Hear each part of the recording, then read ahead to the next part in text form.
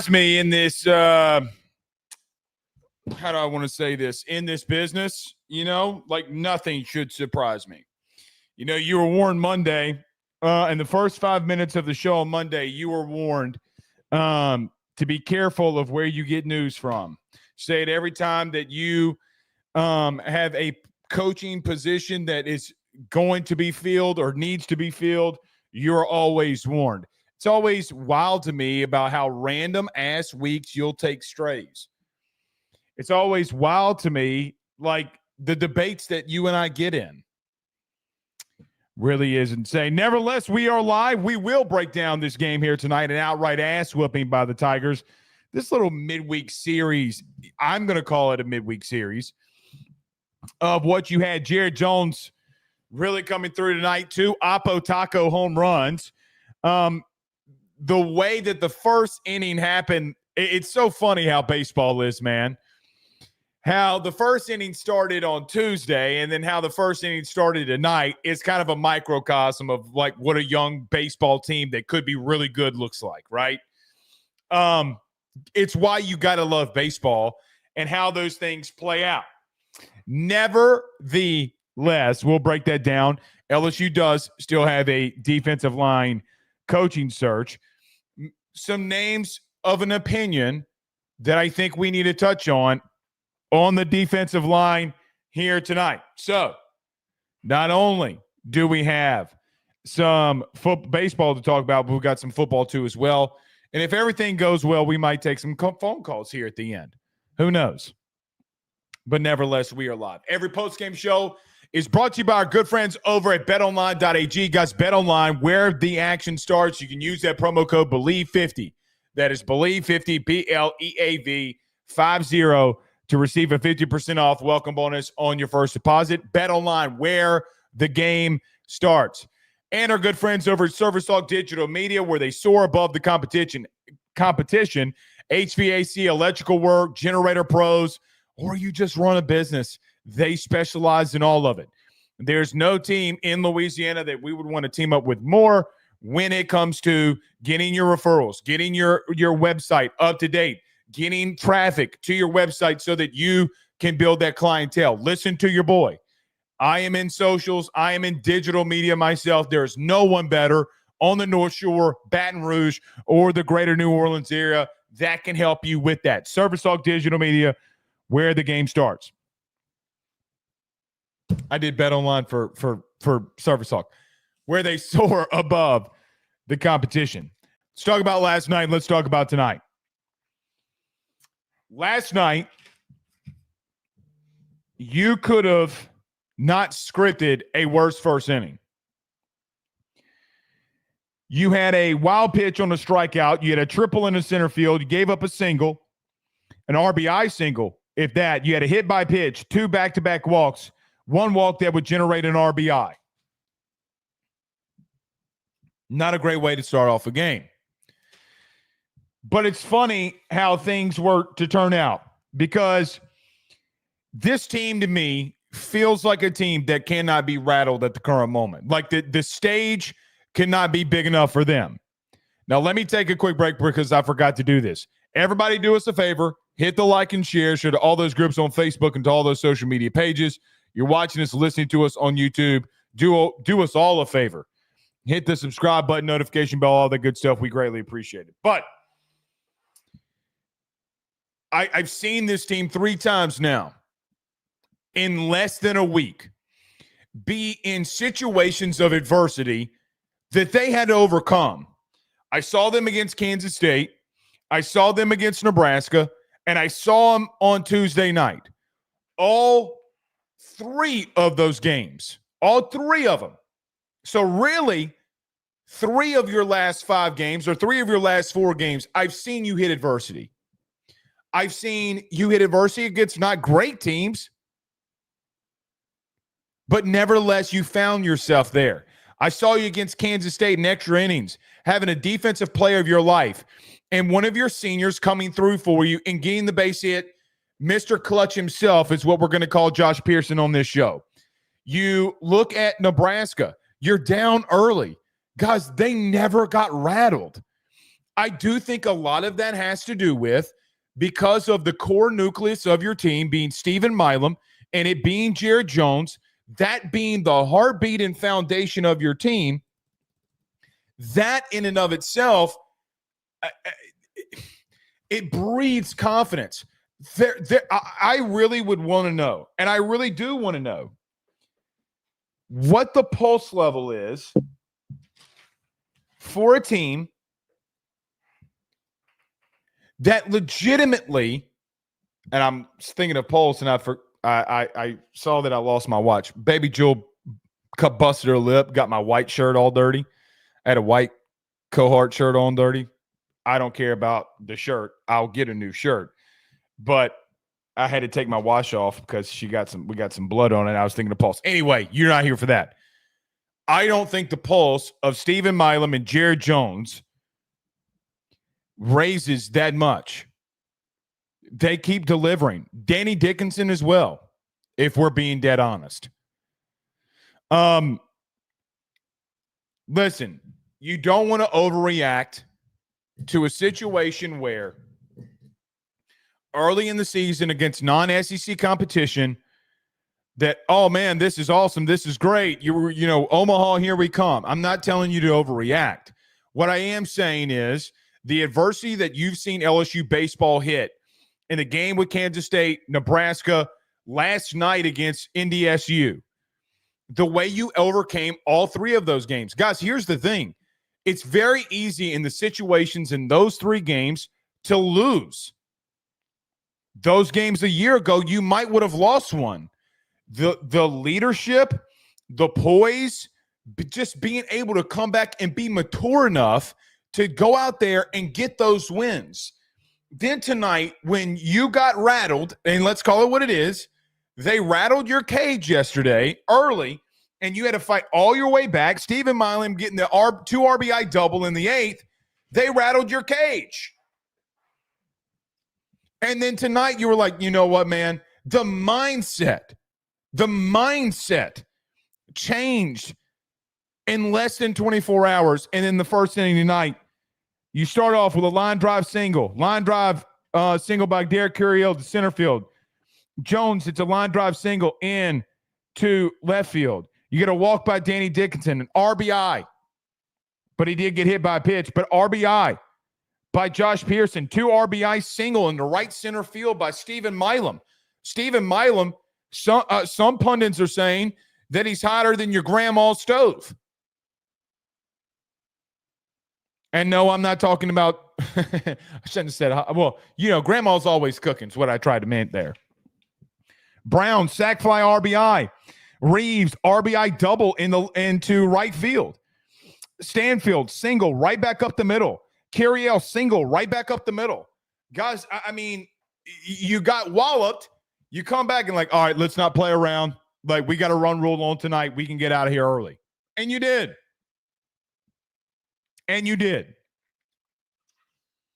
Jared Jones, 2 innings or 2 times tonight outside of the bomb that he hit in the right field and then right center field.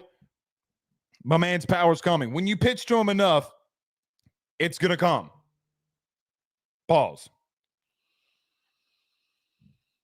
Guys, when I look at this team, when I look at the last week that you've had, I think that there's a lot of good to take away from it. A lot of good to take away from it. As we just mentioned, some of those games, as you move to 12-1, but some of those games that we just discussed, and we'll start with Kansas State.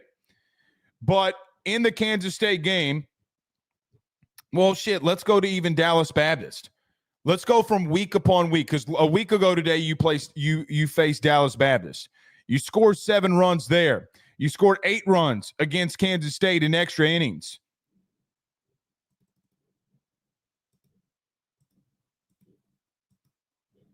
You scored 11 runs against Nebraska. You scored 12 runs against Sam Houston. You score 11 runs last night. And then tonight you score 13. So in the last 5 games,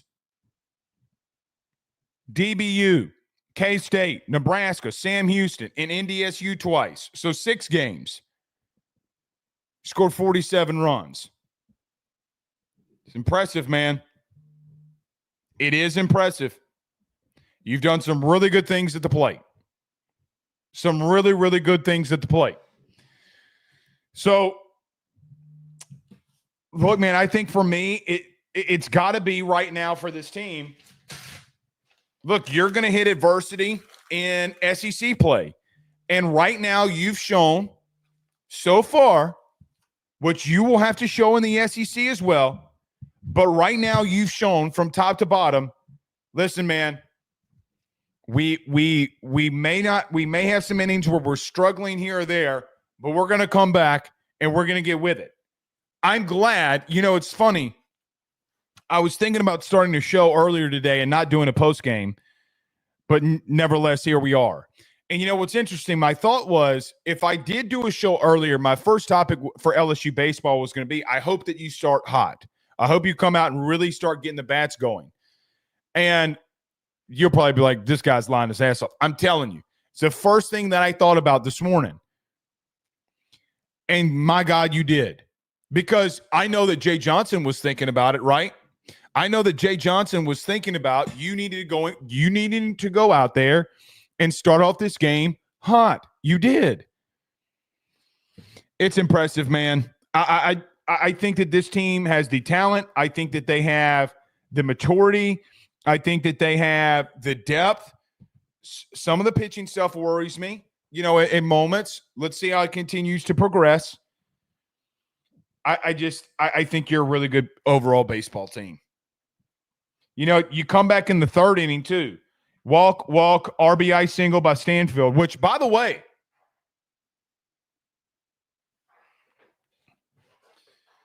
a lot was being made of Chris Stanfield by some.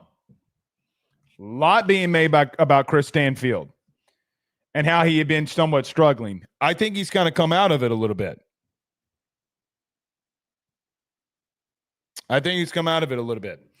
Pooh Bear's in the building, says skinny ass. I don't know about skinny, but your boy's trying to get there. Almost to the 100. Trying to get there this week. That is the goal. Getting close. But thank you, Pooh. I appreciate that. He also says tuning in from the 928 temporarily. It's got to be West Coast. If it starts with a 9, I think it's on the West Coast. Or close to the West Coast. But yeah, overall really good. Chris Stanfield had 2 RBIs tonight. Or 2 RBIs or 2 line drives. The second one's line drive single right back up the middle. I mean, he's been playing well. So, a lot going on. I thought that for what it's worth, I think that you've looked really good. I think that you've done some really good overall things, and I'm excited for this team. I do like you, though, wonder, like, what can some of this that you're having issues with, how does it translate into the SEC?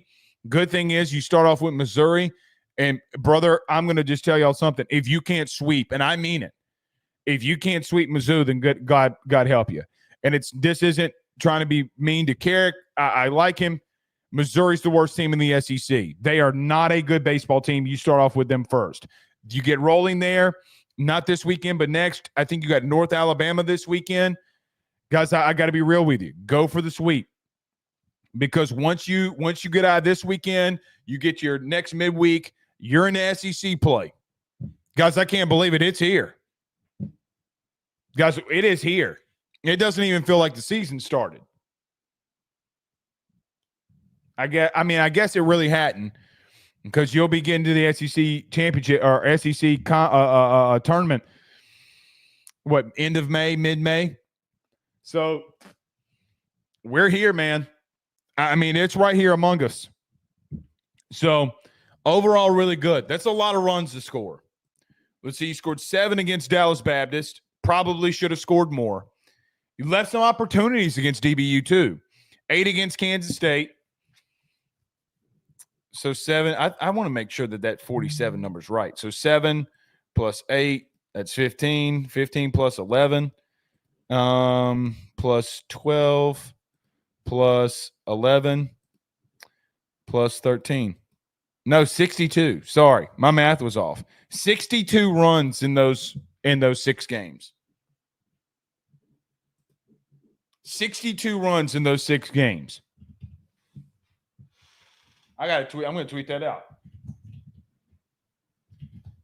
LSU has scored 62 runs in their last 6 games. That's a lot, dude. That is a lot. So, yeah, Shane says, yeah, the 4th of the season's over. Shane, that is insane, man. That is absolutely insane. I don't know what else. Here's what I want to – there's a couple of things I want to get to before we get into the weekend and then all of that. I don't know what else I really want to see until we get into conference play, right? Like maybe there's some other things. You know, I feel like you have a pretty consistent lineup that you're running out there. You've gone outside of third base and DH. You've basically run the same exact lineup out there. Glad Braswell got a hit tonight, but that position's still open for grabs. That you've started Tanner Reeves back-to-back nights. I thought Jay would split it. He didn't. So Braswell has got some things that he's got to figure out. And listen, Tanner Reeves, for what it's worth, has been absolutely destroying the baseball. Absolutely destroying the baseball. And some of those hits that he had or outs that he had were loud outs. Remember the first start he had last week. I mean, he had 2 really big hits into center field that got caught. Last night he hits a ball that, I mean, the dude's got to leap at the fence to get it in right field. He tattoos that one. Then tonight it dropped for him. It dropped. So there's a lot that you got to figure out, right? A lot that you have to figure out. But I think that this team has shown you exactly, for me, I think this team has shown you exactly what you need to see from them. Are things perfect? No. Are there a lot of things that they need to fix? 100%. But as the weather has started to get a little bit hotter, so have the Tigers. So, yeah. All right, a couple comments here. Shane asks, is there any news on Gavin Guidry? Not to my knowledge, no. Also, why does it seem we have no movement on pitches? Everyone has a mid-90 fastball. We lack variation. Shane, I don't know if I necessarily see it that way, right? Like I don't know if I see it like that. I see a team, for what it's worth, that's getting better. Like, I mean, let me say it like this. I think it was William Schmidt's best outing? No, I do not. I do not think it was William Schmidt's best outing tonight. Do I think that it is very difficult for a young pitcher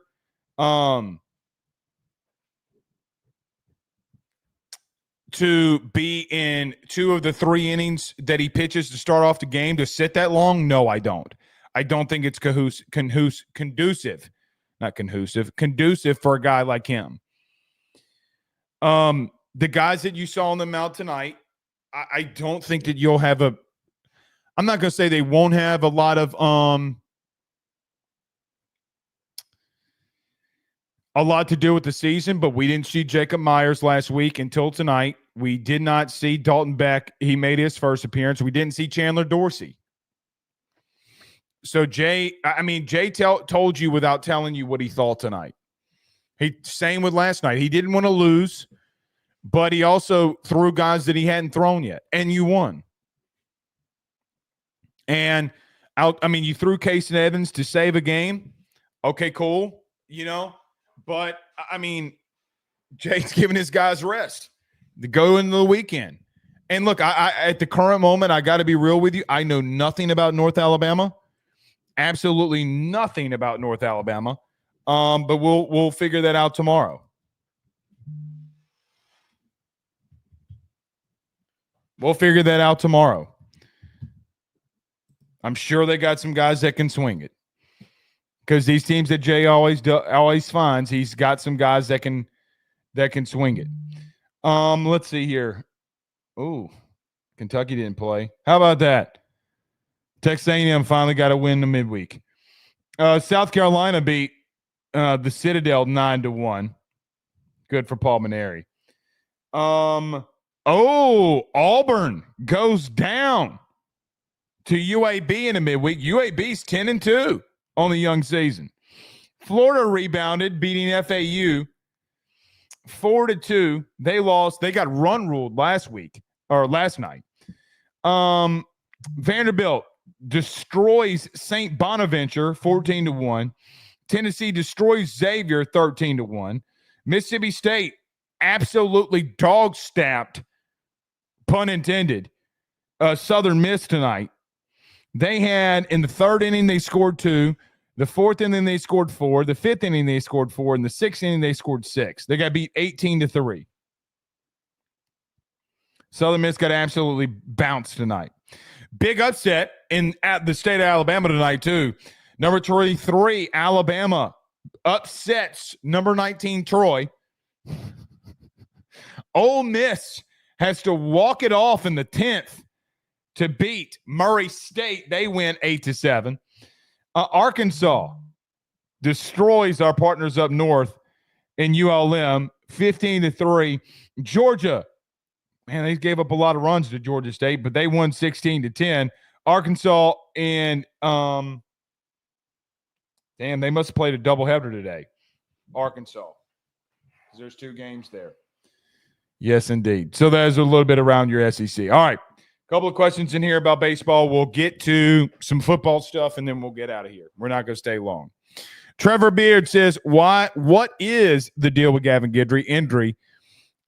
Listen, man, I've said this multiple times already. I'm staying out of it.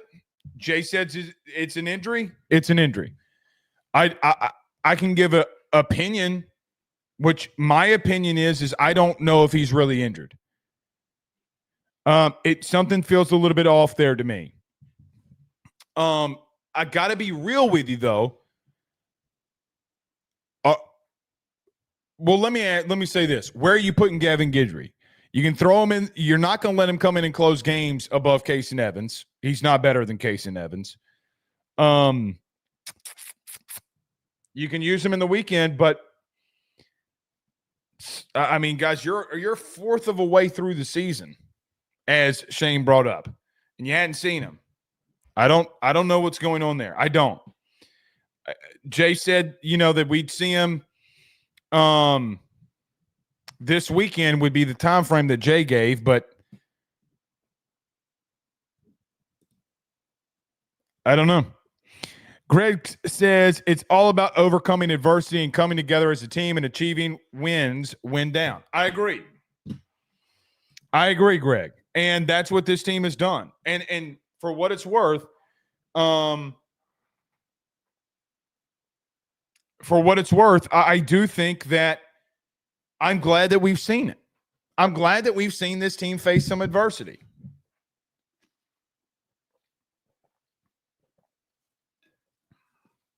I'm glad that we saw this team go out there in the last 6 games and it not be pretty.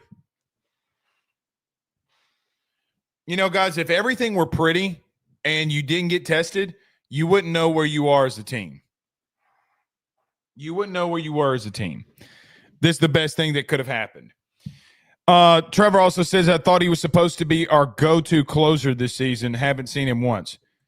I mean, listen, Jay said it was an injury, so I don't know. But he's not your go-to closer. I mean, he's just not. Casey Evans is your guy. And he'll continue to be your guy. He 100% will continue to be your guy.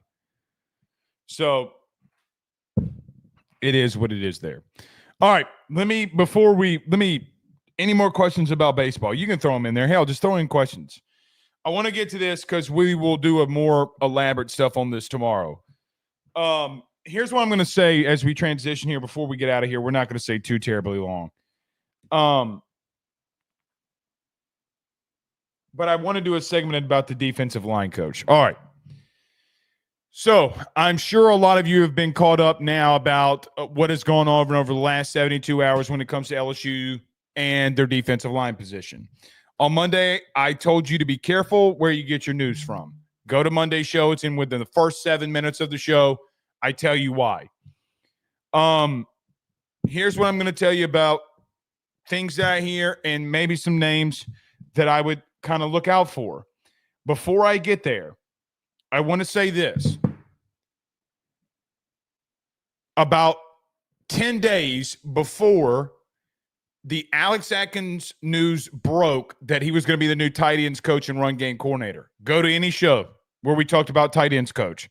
We brought up his name a lot. The way that I did that process is a lot of the same way that I'm going to do this process. We're not in the news breaking business. But there are some names that we might need to run through. I am interested about the Kyle Williams angle here. There are some concerns. So a lot of you have asked me before this part is opinion, just to get the opinion piece out of here. The Kyle Williams thing for me is interesting because I do think that Kyle can come in here and be a really good defensive line coach. I also believe that he can be a guy that really could stay here for a long time and develop that room as long as you need him to. At least you would hope so. Like, I don't think that another college, maybe the NFL could, but I don't think another college team is going to come in here and pluck him from you. Money would not be the driving force for a guy like Kyle Williams. The problem with Kyle Williams, guys, is listen, you think it's crazy, and you think that you can just go into a room with Kyle Williams and say, hey, I'm Kyle Williams. You should come to LSU. It doesn't work like that. And even more in today's world. Relationships do matter. Money matters a lot more.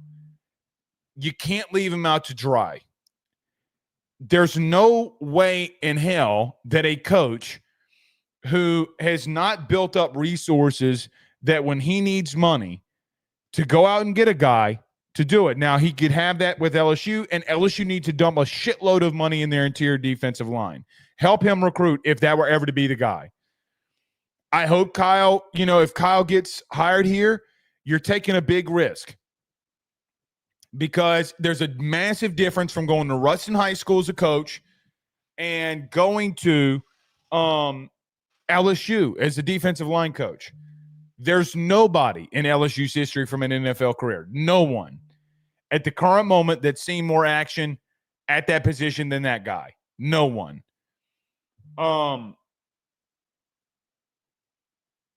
With that being said,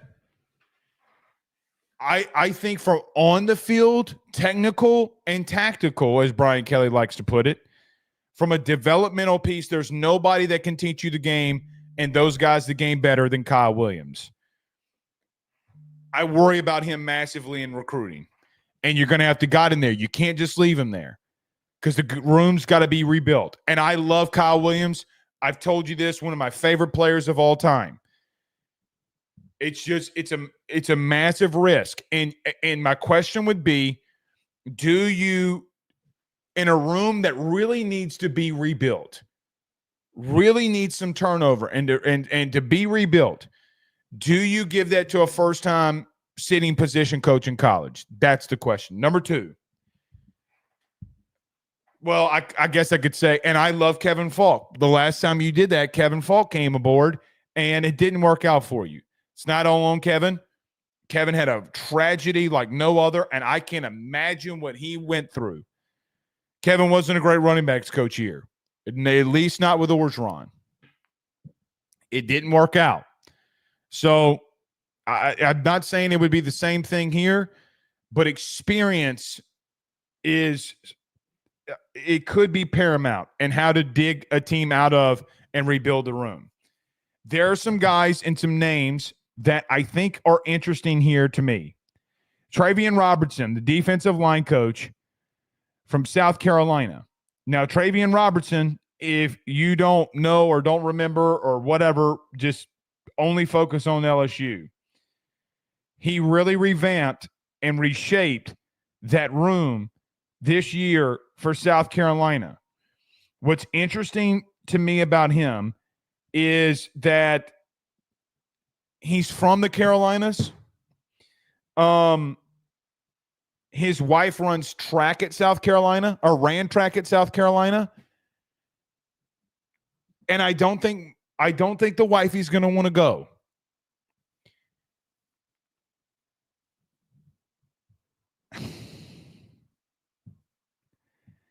He does have some Louisiana ties. He does have ties to a lot of coaches that are on this staff. If you were to get Travian Robertson, I think it would be a massive deal. But man, with the happy wife, happy life. Happy wife, happy life. There are some other names that are out there, but I got to be real with you. I seriously don't know right now where LSU turns. I think that there are some names that are interesting to me that do have Louisiana connections that would be really good for you. But I just don't know where BK turns here. I really don't. I'm interested to see. I will say this. There's been chatter out there that buyouts go down around the middle of March, and you could be waiting for that until you really go after somebody so that you're not having to pay a crap load of money. And the buyouts would be about a week away before buyouts start going down. You may have to go a week, maybe even two, into spring before you get that guy. I got to be real. I don't know how much I like that. If that is what LSU does, but there is truth to that. A lot of these contracts, guys' buyouts go down about midway through March. I don't like that because I like that from being fiscally conservative, but I don't like it at the same time. Like, why are we worried about money right now with a room that really needs help? That's neither here nor there. So I just don't know where they're going to turn. I do feel like that for what it's worth, though, I do think that they're trying to get in front of a lot of people to figure it out. They're not overreacting when they're not overreacting. They're trying to make the best hire for them, and good on them. A lot of this noise that is out there that I am hearing from either social media or elsewhere, even stuff that y'all send me from other shows, I got to be real. I'm not hearing it. And I would tell you, I do think it's a little bit dangerous. I do think it's dangerous because it makes LSU look like they're missing a guy that they are not even talking to and have never talked to, ever have talked to about being in this position. Here's the thing about media. Teams having conversations with people are not the same as them like negotiating a contract.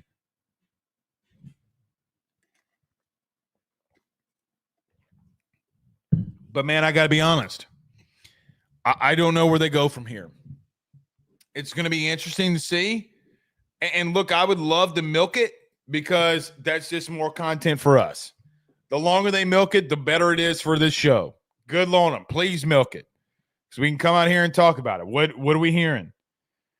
I'm just not hearing much. Not of anything that is of true relevance. So we'll see. Shane with a $4 super chat, $4.99 super chat. He also says BK must get a recruiting mindset and get past his CEO mentality. Freeman has embraced recruiting, and look at Notre Dame. Their new DC is poor with the rest of the staff is incredible. BK must change his focus.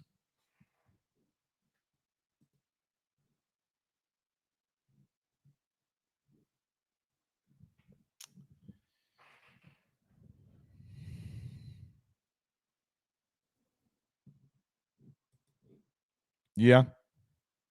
Zach Lee says, look at Zach Lee.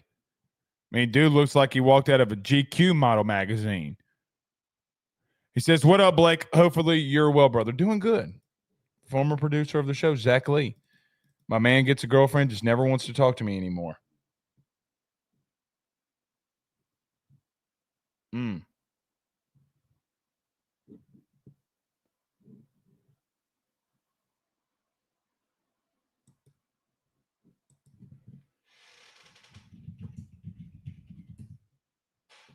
Oh, wife now. See? Excuse me. Look at that beard. That beard does say that I just got married. That beard does say I just got married too. All right. Be careful where you get your news from. If it doesn't make logical sense, don't believe it. Go to the people you trust. That's all I can tell you. All right. We'll see y'all soon, man. Y'all have a good one. Peace.